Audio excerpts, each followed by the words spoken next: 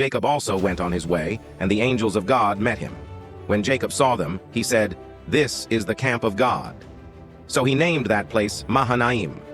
Jacob sent messengers ahead of him to his brother Esau in the land of Seir, the country of Edom. He instructed them, "This is what you are to say to my master Esau. Your servant Jacob says, I have been staying with Laban and have remained there till now. I have cattle and donkeys, sheep and goats, men servants and maid servants. Now I am sending this message to my lord, that I may find favor in your eyes." When the messengers returned to Jacob, they said, "We went to your brother Esau, and now he is coming to meet you, and 400 men are with him." In great fear and distress, Jacob divided the people who were with him into 2 groups, and the flocks and herds and camels as well. He thought, if Esau comes and attacks one group, the group that is left may escape.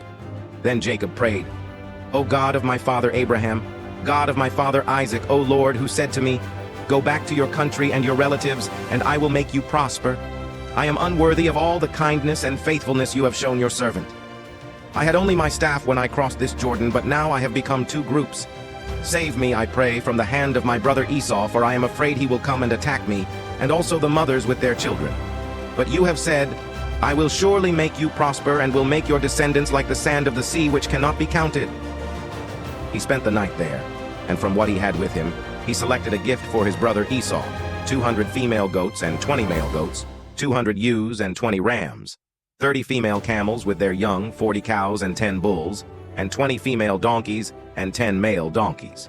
He put them in the care of his servants, each herd by itself, and said to his servants, "Go ahead of me, and keep some space between the herds." He instructed the one in the lead, "When my brother Esau meets you and asks, 'To whom do you belong? And where are you going? And who owns all these animals in front of you?' Then you are to say, 'They belong to your servant Jacob. They are a gift sent to my lord Esau, and he is coming behind us.'"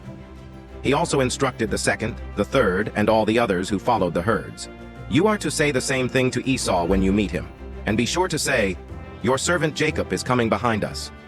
For he thought, "I will pacify him with these gifts I am sending on ahead.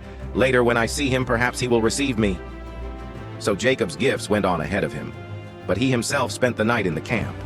That night Jacob got up and took his 2 wives, his 2 maidservants, and his 11 sons, and crossed the ford of the Jabbok. After he had sent them across the stream, he sent over all his possessions. So Jacob was left alone, and a man wrestled with him till daybreak. When the man saw that he could not overpower him, he touched the socket of Jacob's hip, so that his hip was wrenched as he wrestled with the man. Then the man said, "Let me go, for it is daybreak." But Jacob replied, "I will not let you go unless you bless me." The man asked him, "What is your name?" "Jacob," he answered. Then the man said, "Your name will no longer be Jacob, but Israel, because you have struggled with God and with men and have overcome."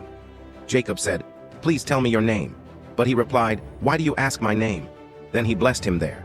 So Jacob called the place Peniel, saying, "It is because I saw God face to face, and yet my life was spared." The sun rose above him as he passed Peniel, and he was limping because of his hip. Therefore to this day the Israelites do not eat the tendon attached to the socket of the hip, because the socket of Jacob's hip was touched near the tendon.